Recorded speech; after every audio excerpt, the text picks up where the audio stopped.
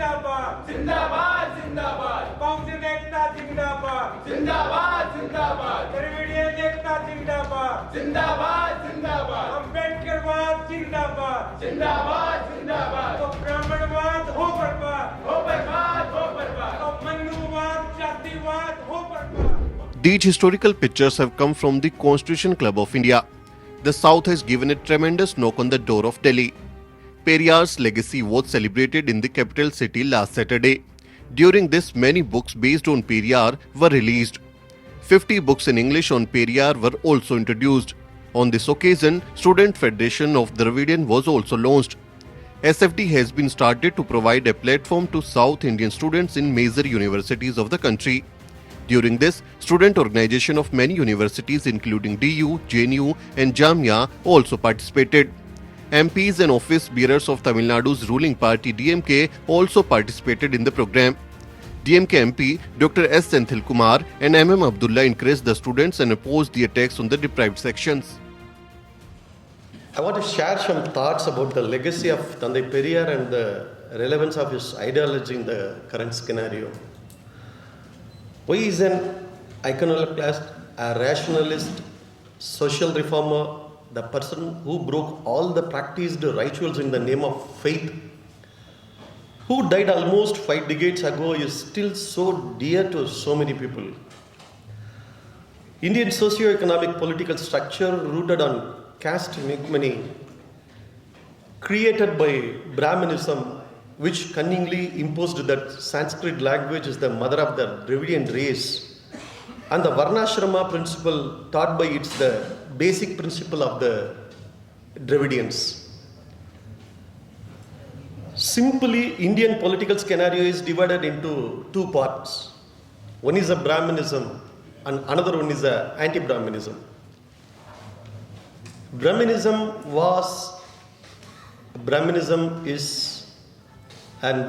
will be focusing on imperialistic and capitalistic ideology by posing Varnashrama principles based caste hierarchy, which is the primary objective to exploit the various social and economic status of the people in various levels.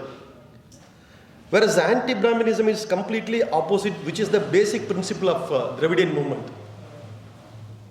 See, we are not against for Brahmins, we are not against for any individual, we are against for the Brahminism, which makes the supremacy and which imposes the inequality. Let us make it simple. If you are a non-Brahmin, you are a Dravidian irrespective of language and religion. Very simple. First try to understand this. If you are a non-Brahmin, you are a Dravidian irrespective of language and religion of this soil. I say that it is a must that the Dravidian ideology must be taken beyond the South and should be spread throughout India, just because we have so much of statistics and so much of success that has been created by the Dravidian ideologies and the Dravidian principles, that is for the rest of the India to follow, which of course the central government, be it the Congress or the BJP, have now started following the schemes and various other programs that have been introduced by the Dravidian parties in Tamil Nadu, so that it is there for the rest of the India also to benefit. And this term, the Dravidian stocks beyond Tamil Nadu, was first taken and spoken by our founder of the DMK party and our first chief minister of DMK party from Tamil Nadu, C.N. Annadurai. He was the first one to say the Dravidian stocks, and that was the time when the rest of India turned their heads to see what it means and what it is. So today we stand at a very crucial moment where the students' organization, because they are the most powerful organization, and especially at a time when Tamil Nadu was brutally attacked inside the JNU campus, and when pictures of Tandai Periyar, Lenin, Marx, Ambedkar were taken away from the wall and thrown, and it is the right time now to form the Students' Federation for Dravidians, where you will have to fight it out. It is the students who have the courage, it is the women, it's the girl students, it's the time for you all to come together and to voice out against the oppressed, because Dravidian simply means it is an inclusive growth for all, to have a human development index which is there for everybody to see, and it is always against the oppression. So whenever you are being oppressed, for an example, in JNU, before there were around 100 Tamil students studying from Tamil Nadu. Now they have around only 40. And what they do, they try to attack you by your principles, by your ideologies. They don't involve or they don't come into a conversation with you, but they use force and they brutally attack you, and they instigate you by removing the pictures and this thing. So now there is 40 students, and by this attack, what happens? The students' parents will feel they will be in a sense of fear to send their students, and slowly by this the numbers will still be reduced, because when you cannot attain or gain things by your principles and your ideologies, this is what they do. So this is not a time to bow down, or this is not a time to succumb to. This is a time to fight back with your principles, ideologies, and show them, as one student over here said, that all along I have been living with an identity of a scheduled caste or a scheduled tribe for this thing. And when I try to come into limelight and when I come into success, still they sideline me and this thing. So the best way to give it back to them is you kill them with your success. You kill them with your smile. You kill them with your, show them that you can. So the only way to do it is by education. Only if you are educated, because education is the only thing which can stand with you till your death. During this, Dravida Kazhagam Secretary G. Karunanidhi said that the movement of South Indian is a movement for self-respect. It is not against anyone. Almost 48 judges are from the backward classes and scheduled caste category. That is, 83% are from this category. So the rest is 18% all upper caste. Completely reverse.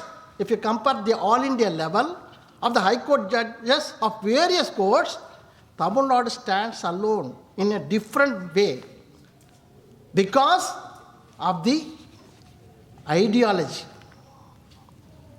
which has been brought as non-Brahmin manifesto in 1916. That ideology is percolated down the lane even today, that there is a representation in the judiciary level in the High Court of Madras. That is what we had to take from these two books, which are very clear. The roadmap is very clear that social justice together with self-respect on the one hand, and there should be a federalism. All this combined together alone can take the country forward, for which a state has worked for nearly 100 years. And we are seeing some results. I don't say that that is the best state in this country. I don't say like that. But comparably, if you compare any other state, that state stands unique because it includes everyone. It is an inclusive society that is being run in Tamil Nadu. Because of this ideology put forth by our leaders. Sir Alexander Cordio, a member of the Executive Council in 1913, he deposes before the Public Service Commission that the representation of the Brahmins in the Madras presidency is almost to the level of 90 to 95% in all the departments. And if an examination is conducted in the present form, that community will stamp in the entire process. That was the eye-opener for our great leaders, Dr. T.M. Nair, Sir P.T. Tyagaraya, Dr. Nadesanar. All these leaders, they saw this data, they decided to form a movement that is called the South Indian Liberal Federation, which we call today as a Justice Party, because they started an English journal in the name of Justice. So it was commonly known as, even today, as a Justice Party. They brought out the manifesto, giving an outline how the society should be, how the representation of the backward classes, the scheduled caste minorities should be. And when they captured power in 1920, they immediately issued a communal GO in 1921, giving representation of 100% reservation, even for the Brahmins. The entire country, it was that Madras presidency alone that gave reservation for the Brahmins also. but it was not implemented immediately. Again in 1928, they reissued the GO, 100%. The Brahmins were given initially for every 12 posts, 2 posts were given to Brahmins. A large number of students, social workers and intellectuals also participated in the program. Sumit Chauhan, editor of the news Beak, appreciated the work of the MK Stalin government in Tamil Nadu. I must use this platform to appreciate the wonderful job of MK Stalin, who is the Chief Minister of Tamil Nadu from DMK. He is one of the best guy. We are looking for that you guys should cross the border also. Please come to the North India. Please come and save us from this Govarpati people. He has the Dravidian model, and Dravidian model that we need to, learn from the Dravidian model, that how to build a society that is based on inclusion, that is based on justice, that is based on equality also. Prime Minister Narendra Modi says that sabka saath, sabka vikas, sabko hum aage badhayenge, sabko hum ye karayenge, but only there is a model, Dravidian model, that which is making it reality. So Prime Minister Narendra Modi and his government should learn from Stalin also, and he is also, I just need 1 minute only, yeah, thank you, because I just don't want to miss the time.